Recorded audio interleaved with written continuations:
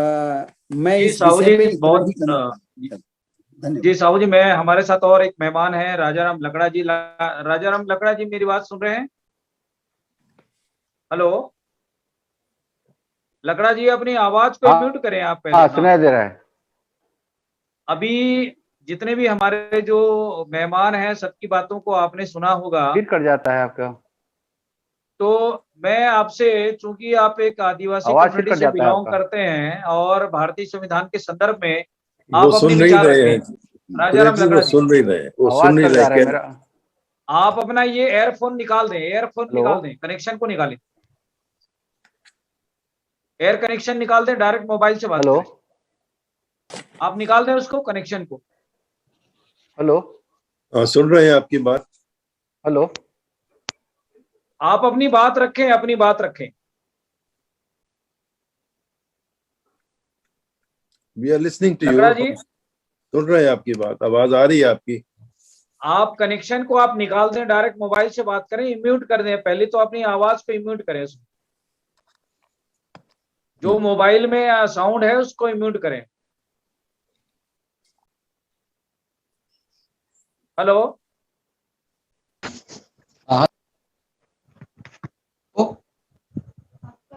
अपनी बात रखें, हेलो, अपनी बात रखें। हमें आवाज आ रही है आपकी।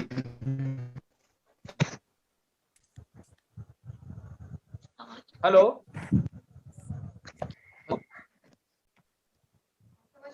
लकड़ा जी अपनी बात को रखें। हेलो, आवाज आ रही है? अच्छा, हेलो, तो मेरे तक क्यों नहीं आ रहा है? आपकी आवाज आ रही है, अपनी बात को रखें आप। मेरे को लगता है कहीं गड़बड़ है। हेलो, मैं उन्होंने अपनी बात लगता है, रखें राजाराम जी। जगदीश जी, उन्होंने अपना फोन की आवाज नहीं आ रहा आपके? वो बोल रहे हैं, अच्छा, आप वो कुछ सुन नहीं मिस्टेक। पा रहे हैं। आपका फोन जो है म्यूट पे है, आपका फोन जो है ना, उसका उसका साउंड आपने ऑफ किया है, उसको पहले खोलें, इसलिए आपको राजाराम जी सुनाई नहीं अपनी दे रहा। आवाज को ठीक करें मोबाइल से। अभी आ रही है आवाज? अरे आप तो टेक्नोलॉजी के माहिर हो यार, कैसे कर रहे हो आप? उनका फोन, उनका स्पीकर फोन ऑफ है। अच्छा अच्छा, हाँ, चलिए बहरहाल उनसे संपर्क नहीं हो पा रहा है वो उनके पास। अब मैं ब्रिजेंद्र सिंह जी के पास फिर दोबारा जाना चाहूंगा। सर, आपसे हमारा और दोबारा जो है, जैसे कि साहू जी ने अपनी विस्तार से संविधान सभा के बारे में जो विस्तार से अपनी बात रखी। बहरहाल हम जो बाबा साहब के संविधान में जो उन्होंने शिक्षित बनो, संगठित रहो और संघर्ष करो का जो नारा दिया है, और जो संविधान सभा में जो इसकी मांग उठी, और किस ढंग से बाबा साहब को इस संविधान को बनाने में उन्हें दिक्कतें आई, इस पर हम आपसे विस्तार से जानना चाहते हैं। हाँ, धन्यवाद। देखिए, भाटिया साहब ने एक बात जो बड़ी मार्के की कही, और उसका सीधा हमारे भारत के इतिहास से, इसकी सेकुलर परंपराओं से, इसकी समतावादी परंपराओं से, चाहे ऐसी सीधा आवाज नहीं उसका आती। संबंध है। बाबा ब्लूटूथ साहब बंद किए? अम्बेडकर के बारे में बहुत कम लोग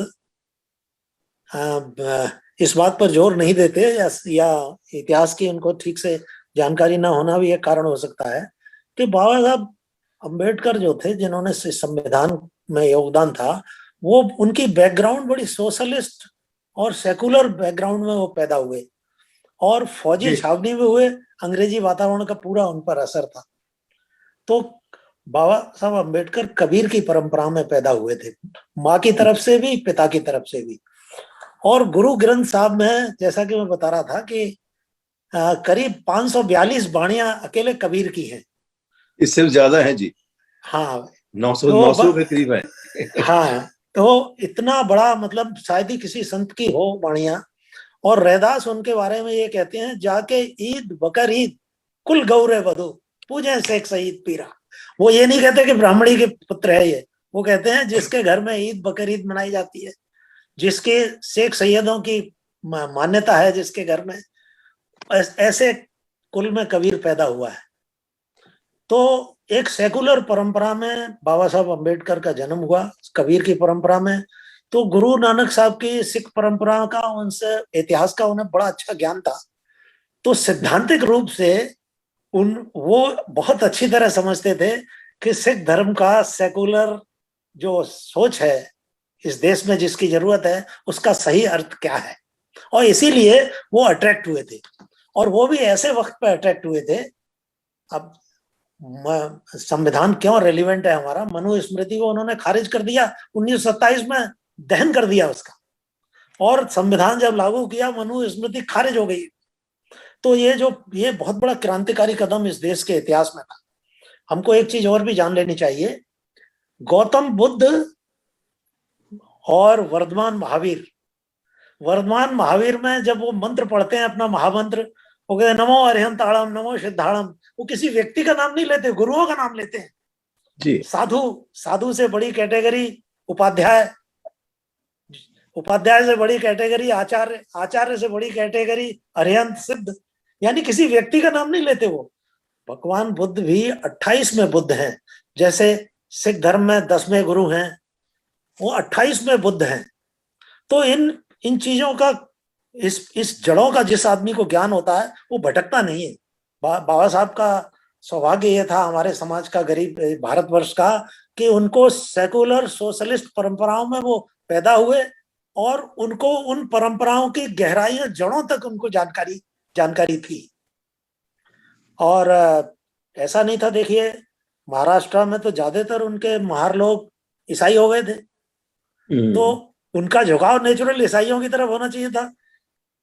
कोलंबिया यूनिवर्सिटी में पढ़े, एक ऐसी यूनिवर्सिटी में जहां 100 के करीब नोबेल लॉरिएट जिस यूनिवर्सिटी ने दिए हो, क्रिश्चियनिटी का उनके ऊपर बहुत बड़ा एहसान था, वो अवसर दिए। सिख रिलीजन जैसा कि आप बताया कि उनके लिए उस समय कितना बड़ा योगदान किया, जगह दी, यूनिवर्सिटी के लिए जगह दी, हर तरीके से सपोर्ट किया। लेकिन कई लोग ये सोचते हैं कि आखिर वो फिर बुद्ध धर्म की तरफ क्यों चले गए।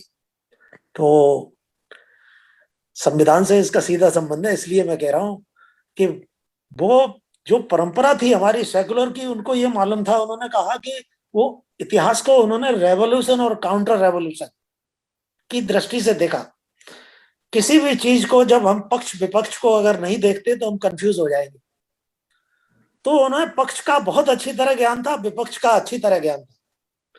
हमारे देश में जब, जैसे भाटिया साहब ने कहा कि यूनिटी जरूरी है, यूनिटी हो कैसे, यूनिटी में सबसे बड़ी बाधा क्या है, वही है एनिलेशन कास्ट। जब हुआ था, बाबा साहब को जब ग्रंथ लिखना पड़ा था, वो बड़ा क्रिटिकल पीरियड था उनका।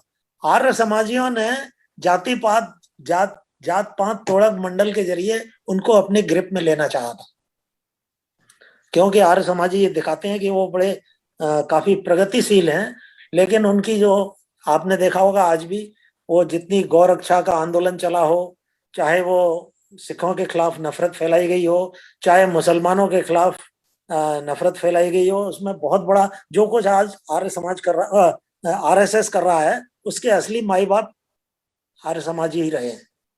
तो इन सब चीजों को पक्ष विपक्ष का उन्हें ज्ञान था। तो बाबा साहब जब पंजाब में गए थे, ये पंजाब में भाषण होना था, और उनको ये मालूम था कि यूनिटी कैसे हो, जब तक इस जातिवाद को नष्ट नहीं करते इस देश में यूनिटी होने वाली नहीं है। उन्होंने कहा कि ये जो गरीब वर्ग का विभाजन है, ये कास्ट जो है, मजदूरी का विभाजन नहीं है, मजदूरों का विभाजन है, मजदूरी का विभाजन नहीं है, मजदूरों का विभाजन है। तो कास्टिज्म सबसे बड़ा कारण है हमारे जो वंचित शोषित पीड़ित दबे कुचले लोग हैं, जो बटे हुए हैं, उसमें सबसे बड़ा कारण, और जिसको संविधान में खारिज किया गया है, उस मनुवाद को खारिज किया गया है। इसलिए संविधान की हमारे लिए मरने जीने का सवाल है, बड़ी इंपॉर्टेंस रिलीवेंस है। हम सिर्फ शब्दों में नहीं, अंतरात्मा से संविधान से जुड़े हुए हैं, सिर्फ इसलिए कि नहीं कि हमारे किसी पिता ने उसे बनाया है, बल्कि इसलिए उन उसूलों के लिए जो वर्धमान महावीर, 24 तीर्थंकर, 28 बुद्ध, 10 गुरु, जो देश की समतावादी परंपरा है, उसका सीधा संबंध एक ऐसे व्यक्ति का इतना बड़ा योगदान उसमें रहा। तो अब सबसे बड़ी आपने जो भाटिया साहब आपने जो सवाल उठाया कि यूनिटी कैसे हो, अब यूनिटी जातिवाद के होते हुए कैसे हो, इसीलिए अंबेडकर ने जीवन का मिशन बनाया एनिहिलेशन ऑफ कास्ट। अब दूसरी, आपने देखा होगा मंडल कमीशन लागू हुआ 31 दिसंबर 1980 को, मंडल कमीशन लागू हुआ और अगले दिन हमले होने लगे दलितों पर, जबकि वो पिछड़ों के अधिकारों की बात कर रहा था। और जब ये देखा कि पिछड़ों में जागृति पैदा होने लगी तो फिर वो मुसलमानों की तरफ, सिखों की तरफ मोड़ा गया। पहले खालिस्तान की तरफ मोड़ा का नारा दिया के साथ सिख खालिस्तान बनाना चाहते हैं, खालिस्तान फिर पाकिस्तान, हिंदुस्तान। ये जो षड्यंत्र, जो वो लोग जो संविधान पे हम ही लोगों के वोट से बैठाए गए हैं, वो लगातार षड्यंत्र कर रहे हैं। तो जरूरी है कि नंबर 1 जातिवाद, नंबर 2 सांप्रदायिकता। सांप्रदायिकता क्यों फैलाई गई कि सामाजिक न्याय की बात मंडल कमीशन कर रहा था, तो उन जातिवादी शक्तियों ने ही ये सांप्रदायिकता फैलाई गई और गुजरात को सबसे बड़ा केंद्र बनाया गया। तो ये बड़ी गंभीर समस्या है। तीसरी चीज है कम्युनलिज्म का। बाबा साहब अम्बेडकर ने खुद ही कहा है कि मजदूरों के देश के गरीबों के दुश्मन कौन है? एक जातिवाद, जैसे ब्राह्मणवाद कहते हैं, आज हिंदुत्व से कह रहे हैं। दूसरा सबसे बड़ा दुश्मन उनका, जिसे पूंजीवाद या मुनाफाखोरी का जो व्यवस्था है, जिसमें कि प्रॉफिट सर्वोपरि है, सामाजिक न्याय से कोई लेना देना नहीं है, उन्हें आर्थिक न्याय से कोई लेना नहीं है। वो दौलत जो है कुछ चंद परिवारों के कब्जे में हो जाए। तो जो बार बार जैसे अडानी का नाम आ रहा है, तो मेरा कहने का मतलब यह है कि जो भाटिया साहब ने जो बात कही है कि यूनिटी हो, यूनिटी बड़ा अच्छा नारा लगता है। यूनिटी हो कैसे? सांप्रदायिकता के रहते हुए नहीं हो सकती, जातिवाद के रहते हुए नहीं हो सकती, भ्रष्टाचार के रहते हुए नहीं हो सकती, मुनाफाखोरी की व्यवस्था के रहते हुए नहीं हो सकती। अब जब हम जान गए कि ये 4 बातें तो आप देख ही रहे हैं अपने अनुभव से। अब हमारे लीडर्स की ये जिम्मेदारी बनती है कि उनकी तैयारी हो। इतने बड़े जो कैंसर की तरह इस देश में फैले हुई हैं बीमारियां, तो हम कोऑर्डिनेटर बनाएं, सही लीडरशिप डेवलप करें। इन सब चीजों की, अगर संविधान को बचाना है, संविधान की आत्मा को बचाना है, इस देश में समता का राज लाना है, लोकतंत्र की रक्षा करनी है, तो हमको ये जो सीरियस बीमारी हैं, इनको कैसे टैकल किया जाए, साइंटिफिकली इनकी स्टडी करके इसमें विचार कुछ करना पड़ेगा। मैं समय ज्यादा ले गया, आप क्षमा करेंगे, लेकिन ये इतना कहना जरूरी था मेरे लिए। जी बहुत शुक्रिया। जगदीश जी, मैं कुछ बात रखना चाहता हूँ। बोले जैसे विजेंद्र सिंह जी कह रहे थे ना, दरअसल क्या हमारी गलतियां कहाँ है कि हम कहते हैं कि ये करो, सभी को, मतलब हम सभी को ऑर्डर करते हैं कि आप ये करें, मैं ना करूँ इसको। तो शुरुआत जब तक खुद नहीं करनी पड़ेगी तब तक कैसे हो पाएगा? तो मेरा सवाल आप तीनों से सवाल है, चारों से। अभी बार बार बाबा साहब के बारे में बात चल रही है कि बाबा साहब ने एक भाषण में कहा था, रोते हुए कहा था कि मुझे पढ़े लिखे लोगों ने धोखा दिया। तकरीबन 70 साल से मैं सुन रहा आ रहा हूँ इसी को। सभी के सभी जितने भी लीडर आज के वो इसी बात को छोड़ देते हैं ला करके बाबा साहब ने रोए थे, लेकिन इसका आंसर नहीं ढूंढ रहे कि इसका आंसर क्या है कि आने वाले वक्त में बड़े पढ़े लिखे धोखा ना दे सके। उनको ऐसा, उनके अंदर ऐसी मजबूती रखनी चाहिए ताकि आने वाले वक्त में ऐसा काम ना खड़ा हो सके। तो इसको बार बार तो कर देते हैं, लेकिन इसका आंसर मुझे चारों से चाहिए आंसर इसका, और मैंने ढूंढा इसका आंसर, तो मैं बाद में बताऊंगा। पहले आप इनसे सवाल कीजिए। जगदीश जी, आप इसमें इंक्लूड हैं, आप इसमें अपने तरफ से दें कि बाबा साहब ने ऐसा क्यों बोला, उसका क्या आंसर ढूंढना था लोगों को, ढूंढ क्यों नहीं पाया, इसके क्या कारण रहा है इसके पीछे? जी बहुत ही अच्छी सवाल आपने रखा मेघराज जी। राजाराम जी अपनी आवाज को म्यूट कर लें क्योंकि आपकी प्रतिक्रिया नहीं आ पा रही है। हेलो राजाराम जी, हमारी आवाज आपके पास जा रही है, आप अपनी आवाज क्यों म्यूट करें? हाँ, आवाज आ रही है। तो अभी तक हमारे जो मेहमानों ने जो अपनी बातें रखी उसको आप सुन रहे होंगे। आप अपने संविधान के संदर्भ में जो अभी चर्चाएं हो रही है इस पर अपने विचार रखें। हाँ, मैं इतना भारत में इतना टाइम में नहीं रहता हूँ, हालांकि मैं पूरा साल भर तो मैं बाहर ही रहता हूँ, फिर भी मैं संविधान के बारे में कुछ जानना चाहता हूँ। एक तो हमारे पास संविधान के मतलब की नॉलेज नहीं है, कोई भी स्कूल में नहीं संविधान के बारे में पढ़ाया जाता है, ना मतलब स्कूल में, कॉलेज में, कहीं पर संविधान के बारे नहीं पढ़ाया जाता है। तो इस कारण संविधान में जो अधिकार दिया गया है, बाबा साहब अम्बेडकर ने जो हमारे SC ST OBC जितना भी ये लोगों के लिए अधिकार दिया है, वो हम लोग जानते नहीं है। अरे हम लोग पढ़े लिखे इंजीनियर डॉक्टर बन गए हैं, IAS बन गए, लेकिन संविधान के बारे उसका अधिकार हमारे लिए जो दिया गया है वो अधिकार कोई जानता नहीं है। और हम लोग अशिक्षित है, शिक्षा के कारण से हम लोग पीछे हैं। इस कारण से हम लोग संविधान के बारे में हमारा जो अधिकार है उसको हम लोग कुछ जानते नहीं है। और यूनिटी बोल रहे थे बहुत लोग, बड़े बड़े जो वक्ता लोग यूनिटी बोल रहे थे, unity there should not be unity till that, मतलब जब तक वो पद अपना नहीं छिपाए। क्या होता है कि मैं कलेक्टर हूं तो कलेक्टर के अलग से कुर्सी, मैं डॉक्टर हूं तो अलग कुर्सी, इंजीनियर हो तो अलग कुर्सी, कर्मचारी पीछे नीचे। आप जब सामाजिक कार्यक्रम या तो हमारी यूनिटी के समय जहां पर हम लोगों का सम्मेलन होता है वहां पर अपना पद पोस्ट को डिस्क्लोज मत करिए। आप मत बताइए कि मैं कलेक्टर हूं, तभी आप यूनाइट होंगे। नहीं तो क्या होता है, बड़े बड़े पोस्ट वाले एक अलग मंच हो जाता है, उसके सेकंड कैटेगरी थर्ड कैटेगरी और कर्मचारी एकदम पीछे, या तो पीछे जो काम गांव वाले पीछे हो जाते हैं। जस्ट मतलब कि उसका इस कारण से हमारे लोग यूनाइट नहीं हो पा रहे हैं। और हमारे संविधान के बारे में, संविधान में मैं सोचता हूं कि मैं संविधान कितना जानकार नहीं हूं, मुझको एक संविधान के बुक राइटर का नाम दीजिए ताकि संविधान के बारे में, क्योंकि हर जगह संविधान का बहुत ये आता है, हर जगह संविधान का ही आता है। संविधान के बारे में हम लोग जानते नहीं अधिकार क्या है, उसमें क्या लिखा गया है। जब तक हम लोग स्कूल या कॉलेज में उस एक सिलेबस, एक मतलब बुक उसमें नहीं किया, जैसे दिल्ली में केजरीवाल ने बोल दिया कि मैं इंट्रोड्यूस कर रहा हूँ संविधान, वैसे हमारे छत्तीसगढ़ या तो कहीं पर आप पूरा भारत देश में संविधान को स्कूल में नहीं लागू करें, कॉलेज में नहीं लागू करेंगे तो हमारे आदमी लोग कुछ जानेंगे नहीं। संविधान में हमारे बाबा साहब अम्बेडकर ने क्या दिया हम लोग कोई नहीं जानता है। इतने पढ़े लिखे हैं, कलेक्टर होकर संविधान की पूछे तो एक शब्द वाले कौन सा पैराग्राफ में कौन सा कुछ नहीं जानते हैं। इस कारण मैं चाहता हूं कि संविधान वो बोल रहे हैं ना, संविधान हम लोग कुछ जानते नहीं है। हम लोग इतना बोलते संविधान लिखा है, बाबा साहब अम्बेडकर संविधान लिखा है, हम लोग संविधान लिखे हैं जानते जरूर हैं, लेकिन उसके में क्या लिखा है, कौन सा पैराग्राफ में क्या अधिकार है, उसके बारे में हम नहीं जानते। इस कारण से मैं सोचता हूँ। बहुत शुक्रिया राजाराम साहब, आपने बहुत ही पॉइंट ऑफ व्यू को रखा। ये भारत की सच्चाई है और हकीकत है जिससे आपने हमें अवगत कराया। लेकिन आपने एक महत्वपूर्ण बात करी, जो बराबरी की बात जो आपने करी है, जिस ढंग से भारत के इस संविधान को महान ग्रंथ के रूप में कहा जाता है और दूसरे ग्रंथ के रूप में गुरु ग्रंथ साहिब है, और इस गुरु ग्रंथ साहिब को भी हम अगर पढ़ें तो उसमें भी सच्चाई है और सच्चा मार्ग है, और वही सच्चा मार्ग भारतीय संविधान में भी है। इसीलिए इसको एक ग्रंथ के रूप में माना जाता है और हम गुरु ग्रंथ को भी इसलिए नतमस्तक करते हैं कि उसमें सभी संतों की, सही महान पुरुषों की वाणी को उसमें निरूपित किया गया है, क्योंकि सभी महान पुरुषों ने सच का राह दिखाया है, मानवता की बात की है, सच्चे मार्ग दिखाए हैं।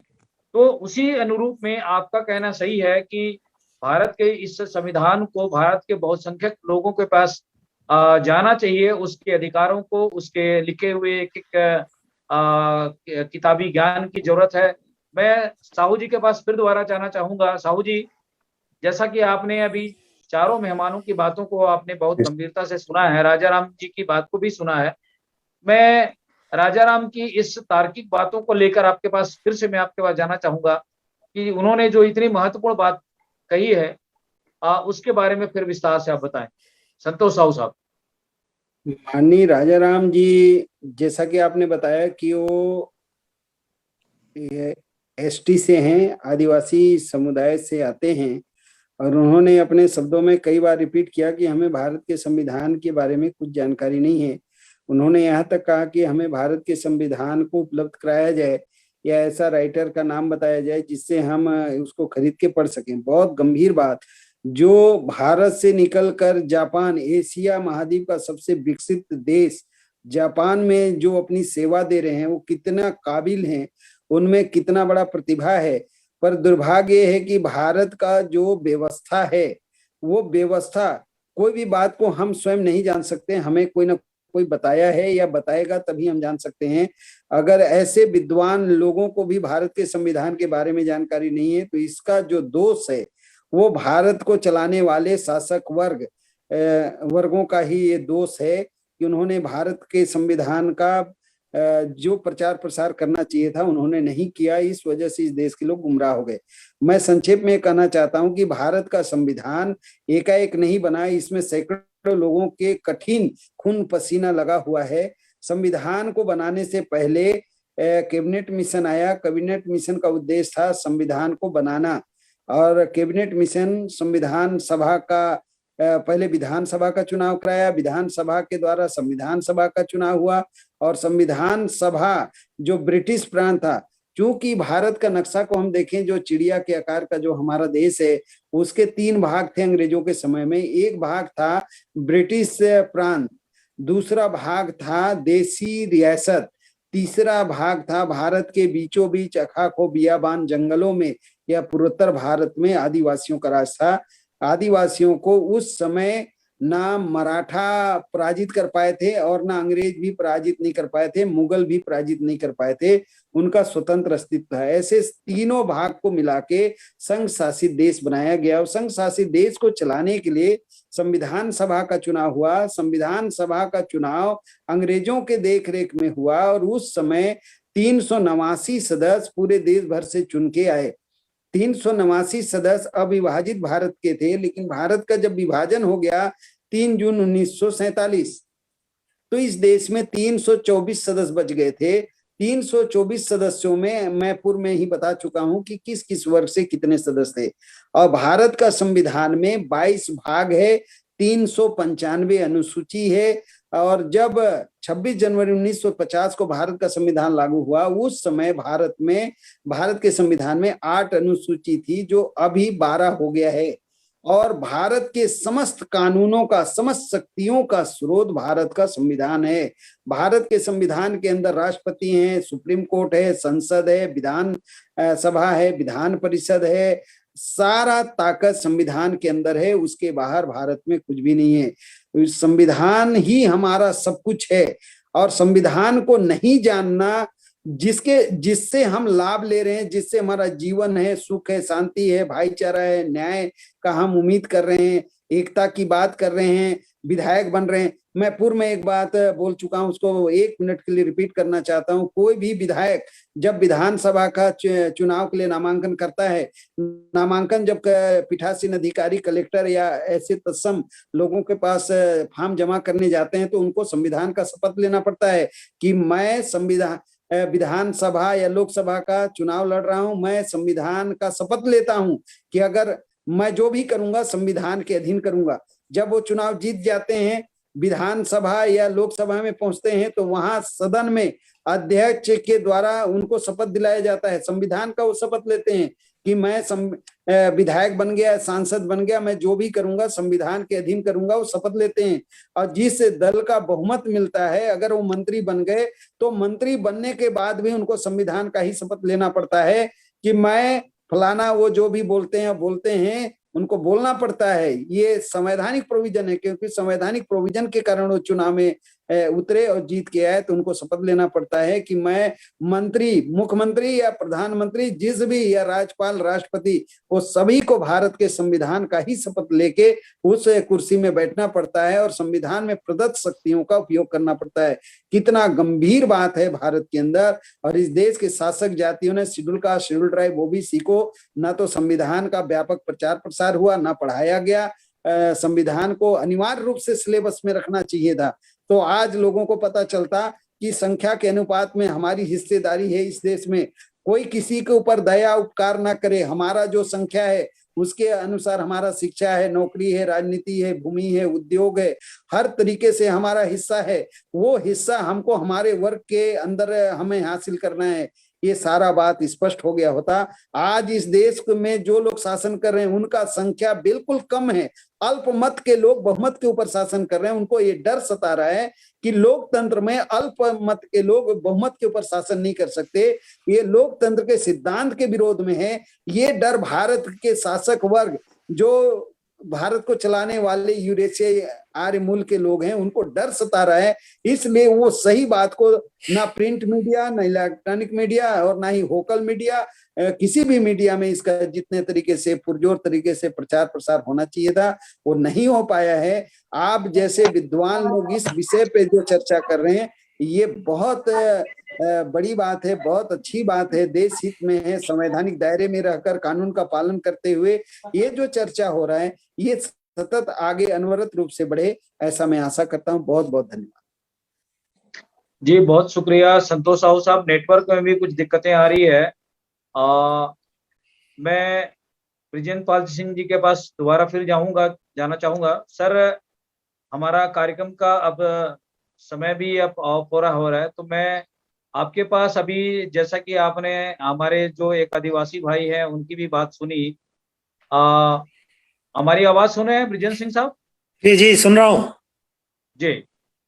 जैसा कि अभी साहू जी ने और राजा राम लकड़ा जी ने जो बातें कही है उसी पर मैं आपके पास उनकी विचारों के माध्यम से जो आप सुन रहे थे उनकी प्रतिक्रिया के रूप में आपकी बात को मैं जानना चाहता हूं कि उन्होंने जो बात रखी है उस बात को अपने इस आज की परिस्थिति में संविधान में जो मिले हुए अधिकार हैं, जो भारत में जो कानून व्यवस्था है उसको लेकर आज भी लोग अनभिज्ञ हैं, और उस पर आप क्या कहना चाहेंगे?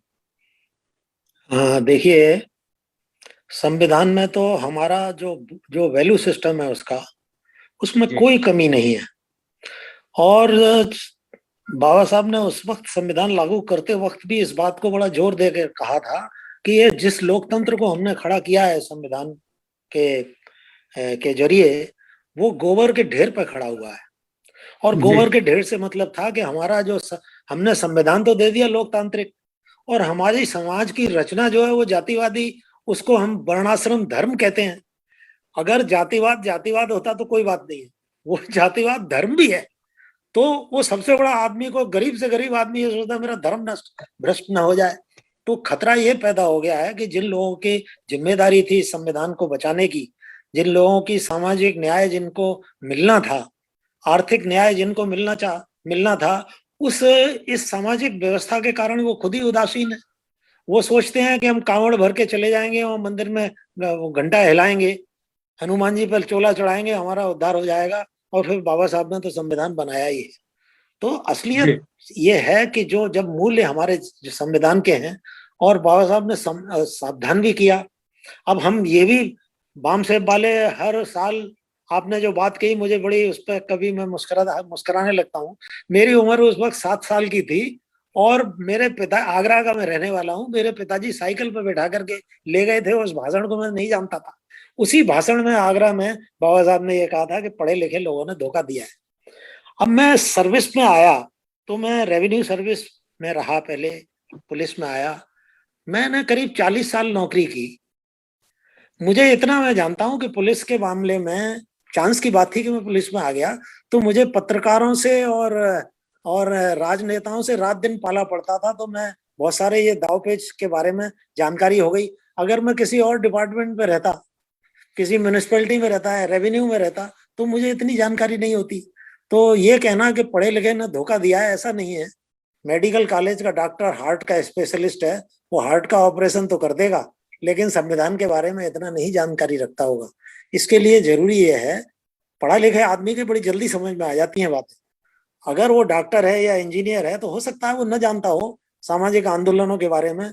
हम आंदोलन उठाएं, राष्ट्रव्यापी आंदोलन उठाएं, हम कोऑर्डिनेटर्स अपॉइंट करें, हम जो वंचित समूह हैं हमारे, उनको एक दूसरे से जोड़ने का इंतजाम करें। तो ये पढ़ा लिखा वर्ग, मुझे ऐसा नहीं लगता कि ये इसने धोखा दिया है, क्योंकि मुझे ये व्यक्तिगत रूप से मालूम है। करोड़ लोग की धनराशि से बामसेफ को चलाया है इन्होंने। आज बामसेफ 8 हिस्सों में बटी हुई है, टूटने रही है उसी पैसे की दम पर। तो ऐसा नहीं है, गरीब आदमी जो शोषित पीड़ित है उसकी आवश्यकता भी है कि उसे न्याय मिले, और उसका पढ़ा लिखा वर्ग है, चाहे वो चपरासी हो चाहे वो बड़े लेवल पे, एक बार पहली पीढ़ी दूसरी पीढ़ी में ये जरूर सोचता है कि ये अन्याय रुकना चाहिए। संविधान में व्यवस्था भी है, उस हिसाब से होना चाहिए। लेकिन होता क्या है, मैंने एक मेरे मुस्लिम साथी थे, उन गोरखपुर की बात है, वो उस वक्त शिकागो कहा जाता था। मुझे वहाँ वहाँ पुलिस की नौकरी करने को मिला, तो वहाँ एक कुछ मुस्लिम डीआईजी थे, तो उनके पास आकर के 2-4 मुसलमान आ जाते थे। स्वाभाविक है, जो वंचित लोग हैं वो भाई हमारा आदमी आ गया है, हमारी सुनेगा। तो उनके ऊपर ये आरोप लगाया गया कि इनका माफियाओं से संबंध है, नेपाल के आतंकवादियों से संबंध है, और उनका प्रमोशन रोक दिया गया। अब वो इस तरह की जो समस्याएं होती हैं प्रैक्टिकल, अब उसको ये कहें कि धोखा दिया है, धोखा वोखा भैया नहीं दिया है किसी ने कुछ। जरूरत है कि हमारा जो राजनीति करता है आदमी, उससे ये उम्मीद की जाती है कि वो इन सब दाव पेचों को जानता होगा और वो आगे की तैयारी कुछ करेगा। अगर ये इतनी भयानक व्यवस्था है, गोबर का ढेर है, इस ढेर की सफाई करने की जिम्मेदारी उसकी नंबर 1 पर है, मगर अगर वो ही उन चीजों के बारे में कोई तैयारी नहीं है, इसका मतलब है कि हमने कोई संगठन की तरफ ध्यान नहीं दिया। जो बात कही बाबा साहब ने कि शिक्षित बनो, उन मुद्दों की तरफ हमने ध्यान नहीं दिया। पढ़े लिखे लोगों को हमने सामाजिक आंदोलनों के बारे में जानकारी देने की कोशिश नहीं की, कोई आंदोलन चलाने की कोशिश नहीं की। हमने ही अपने लोगों को खुद ही वोट बैंक बना दिया, उनको राजनीति में आगे आने का साधन बना लिया। तो ये बजाय इसके कि हम गालियां देते रहे अपने पढ़े लिखे लोगों ने हमारे ये नहीं किया है, वो नहीं किया है, हम अपनी जिम्मेदारी को समझें। और जो राजनेता हैं जिनकी की ये सबसे बड़ी पहली जिम्मेदारी बनती है, मैंने कुछ दिन पहले देखा था, एक सवर्णों का आरक्षण की बात आई थी, तो 131 MP MLA आरक्षण से रहते हैं। मुझे लगता है एक ओवैसी साहब उसके खिलाफ बोले थे, एक बैकवर्ड क्लास का आदमी कोई बिहार का बोला था, तीसरा हो सकता है कोई बोला हो इन 131 में से। तो ये बधुआ मजदूर क्यों हो गए हैं? इन सब चीजों पर कुछ प्रैक्टिकल प्रॉब्लम्स हैं, बजाय इसके कि वो कमियां हम ढूंढते रहें, उन समस्याओं का समाधान हम सोचें। तो मेरा ये कहना है कि लीडरशिप के लिए हमको कैडर वर्क करना पड़ेगा, कोऑर्डिनेटर्स करने पड़ेंगे। एक मुस्लिम नहीं मिलता क्रिश्चियन से, क्रिश्चियन नहीं मिलता दलित से, उनकी समस्याएं जबकि सब एक जैसी हैं, तो उनको कोऑर्डिनेट उनको करना पड़ेगा। समस्याओं का समाधान के लिए पढ़े लिखे वर्ग को आना पड़ेगा, ये बात बिल्कुल सही है। तो संविधान ने हमको बहुत अधिकार दिए हैं, लेकिन इसी संविधान में आपने देखा दिन दहाड़े बाबरी मस्जिद को गिराया गया, दुनिया के कैमरे लगे हुए थे, हमारा संविधान एक आध को सजा वजा दिलवा पाया क्या? सन 84 में दंगे हुए गुजरात में, गांधी जी के गुजरात में आरक्षण के खिलाफ पूरा आंदोलन और उसको सांप्रदायिक बना दिया गया, किसी को हम सजा वजा दिलवा पाए? मेरे ख्याल से कुछ गंभीर समस्याएं हैं जो हमारे लीडर्स ने अपेक्षा की थी कि शिक्षित बनो। वो शिक्षित अपने आप तो बनेगा नहीं, संगठन को काम करना पड़ेगा उसके लिए। हमने गलतफहमी हमको हो गई है कि हम डॉक्टर बन गए, पुलिस अधिकारी बन गए, कोई और अधिकारी बन गए। अरे हमको हो सकता है पुलिस रेगुलेशन की जानकारी हो, अच्छी IPC की जानकारी हो, कोई जरूरी नहीं है कि समस्याओं की भी जानकारी हो। तो ये एक संगठित तरीके से हमको ये सोचना चाहिए, और इस संविधान की रक्षा अगर करनी है तो हमको जो वंचित हैं, जो मारे हुए हैं, इसके जो विक्टिम्स हैं सिस्टम के, इस जातिवादी सिस्टम के, ब्राह्मणिकल सोशल ऑर्डर के, उन विक्टिम्स को कोऑर्डिनेट करना पड़ेगा, उनको यूनाइट करना पड़ेगा। जी बहुत शुक्रिया साहब, आपने ज्वलंत मुद्दों पर अपनी विचार सारगर्भित रूप से रखा। मैं भाटिया साहब के पास फिर जाना चाहूंगा। भाटिया साहब, संक्षिप्त में जो सभी के बातों को सुन करके अपनी कंक्लूजन विचार रख करके हमें बताएं अपने विचार।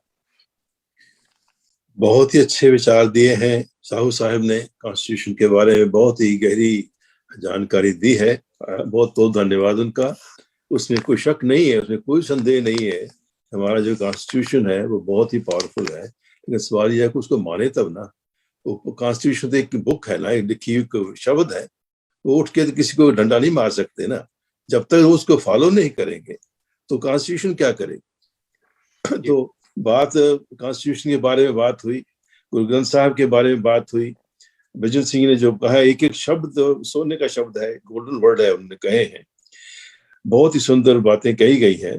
लेकिन अब गुरु ग्रंथ साहब को देखें, गुरु ग्रंथ साहब को अगर धर्म का नाम पे ना देखें और एज एक मानवीय कॉन्स्टिट्यूशन के हिसाब से देखें, हमारे ख्याल में गुरु ग्रंथ साहब भी, आप उसको भक्ति मार्ग को छोड़ दीजिए, लेकिन उससे भी अंदर एक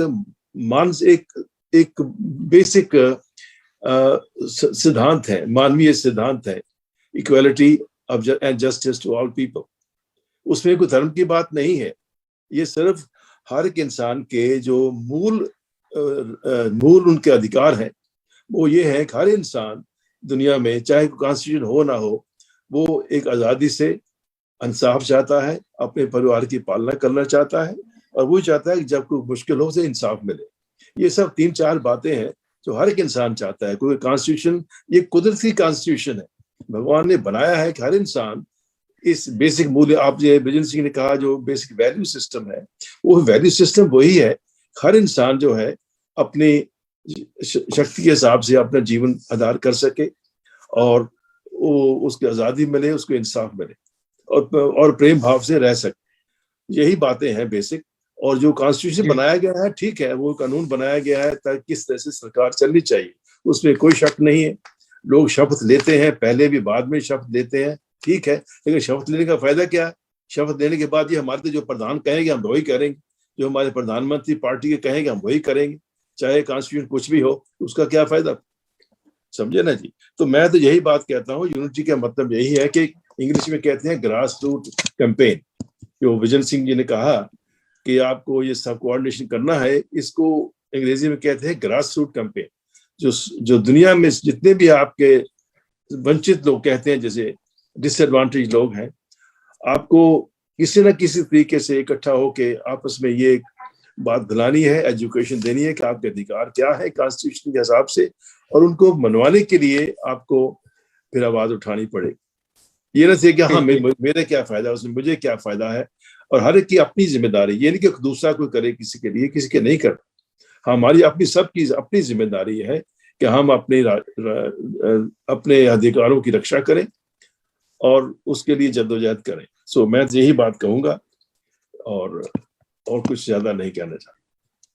जी, बहुत शुक्रिया भाटिया साहब, आपने भी विस्तार से सारगर्भित बातों के साथ हमारे देखने सुनने वालों को आज के इस महत्वपूर्ण संदर्भ पे आपने चर्चा करी है।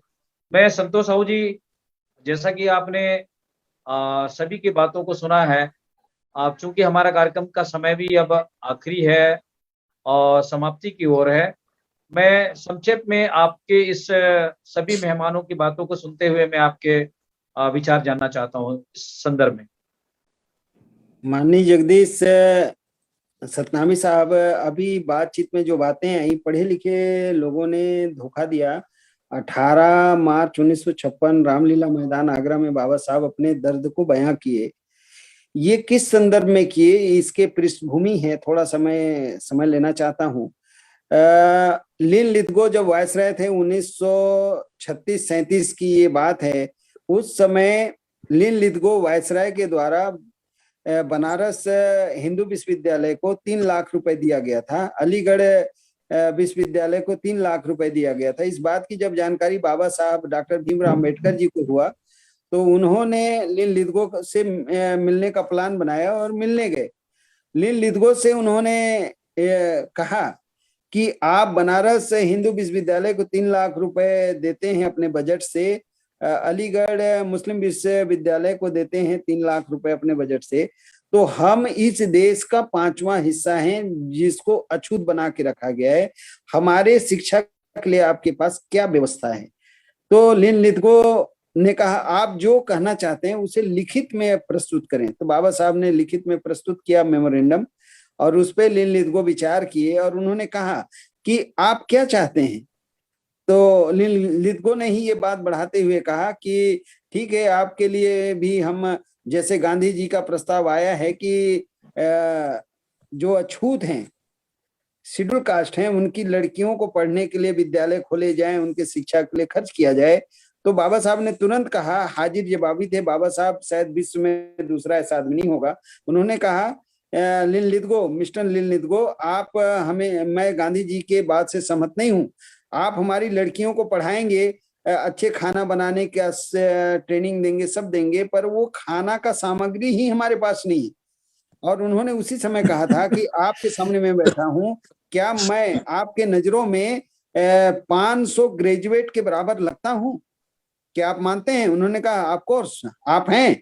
तो उन्होंने कहा मैं जब भारत से बाहर गया और खुले वातावरण में सांस लिया, वहां की आजादी को देखा, महसूस किया, तब मुझे पता चला कि आजादी क्या चीज है। मैं मेरे तरह ही लोग पैदा करना चाहता हूँ।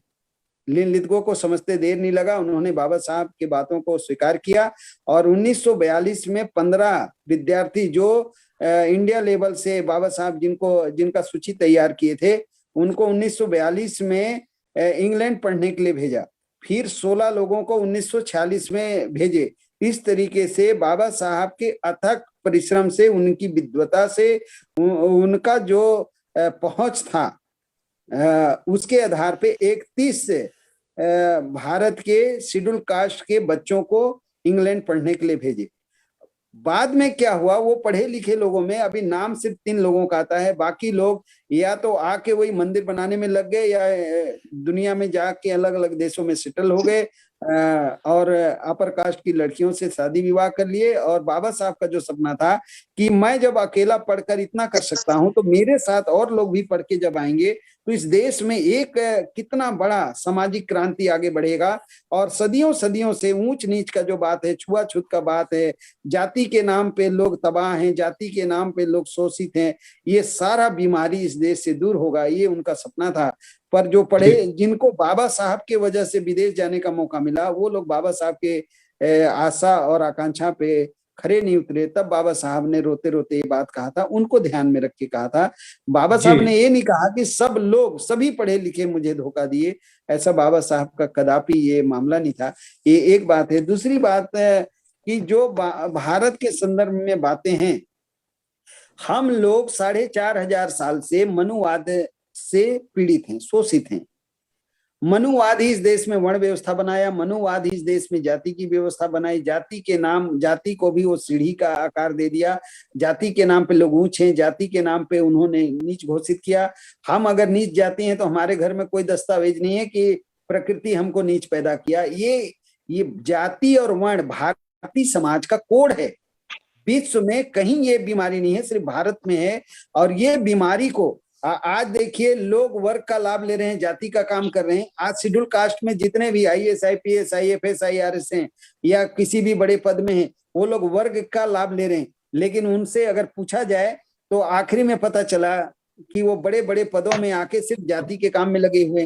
तो ये जाति का जो मानसिकता है, ये जो हमारे ऊपर थोपी गई है, इससे हमें उबरना है। और एक बड़ा बात जो बात आया है कि हमको हमारे महापुरुषों के जीवनी को समझना होगा। इतिहास दुनिया में हर किसी का पूंजी है, विरासत है।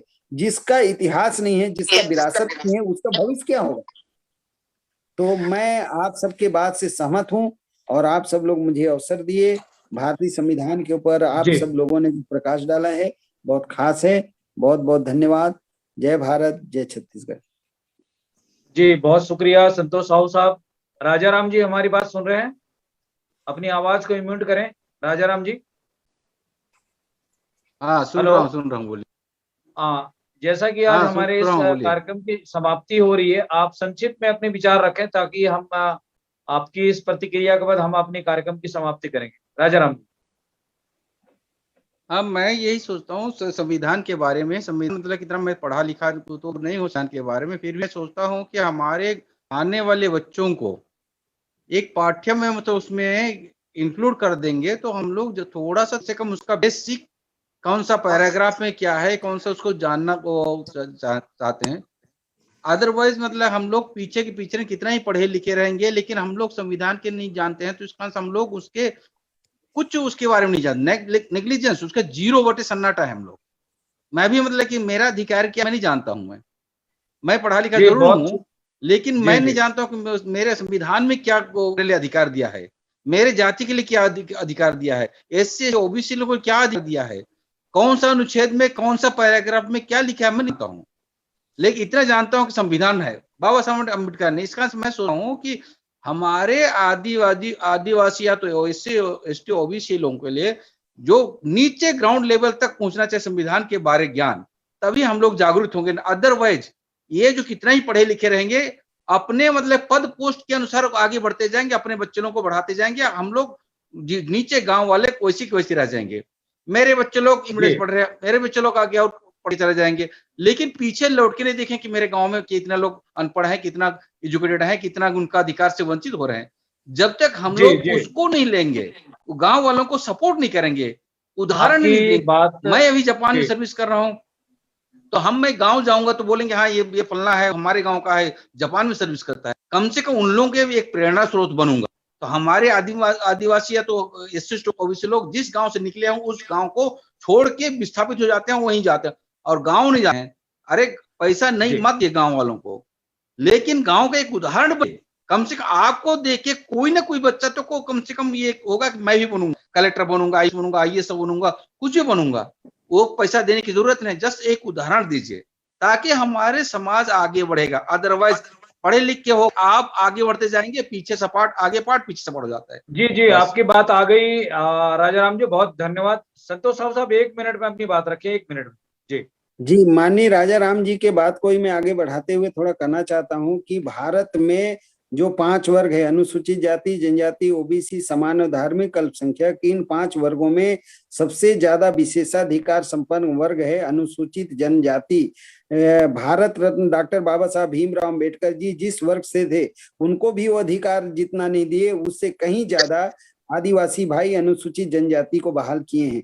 ये सच है कि जानकारी के अभाव में इतना बड़ा बात छुपा हुआ है। दूसरा मैं ये कहना चाहता हूँ, सामाजिक समानता की जो बात है, समाज में माननीय विजेंद्र सिंह जी जो बात रखे कि हमें इस देश में सामाजिक क्रांति करनी है, इसमें पढ़े लिखे लोग बहुत बड़ा भूमिका निभा सकते हैं। बहुत प्यार से, इज्जत से सभी बातों को समझते हुए ये बात आगे बढ़ेगा, ऐसा मैं आशा करता हूँ। बहुत बहुत धन्यवाद जी, बहुत शुक्रिया। बहरहाल हम आज के इस कार्यक्रम को यहीं समाप्त करेंगे। अब बहुत बहुत हमारे इस आज के इस प्रमुख कार्यक्रम में जो अमेरिका से जसबीर भाटिया साहब जुड़े, उन्होंने अपनी महत्वपूर्ण विचार रखे। ब्रिजेंद्र सिंह जो वो भी अभी फिलहाल अमेरिका में है, उन्होंने भी अपनी महत्वपूर्ण विचार हमारे इस कार्यक्रम के माध्यम से लगातार शेयर कर रहे हैं। उन्होंने भी महत्वपूर्ण विचार रखी। राजा राम जी अभी छत्तीसगढ़ में हैं, वो भी जापान से अभी भी आए हुए हैं लॉकडाउन से पहले, उन्होंने भी अपनी महत्वपूर्ण विचार रखी। संतोष साहू जी ने भी अपनी विचार रखी। सभी मेहमानों का हम बहुत बहुत धन्यवाद करते हैं। उन्होंने अपना कीमती समय वॉइस ऑफ मानवता को दिया और आज के इस कार्यक्रम को हम यही समाप्त करना चाहते हैं। वाहेगुरु जी का खालसा, वाहेगुरु जी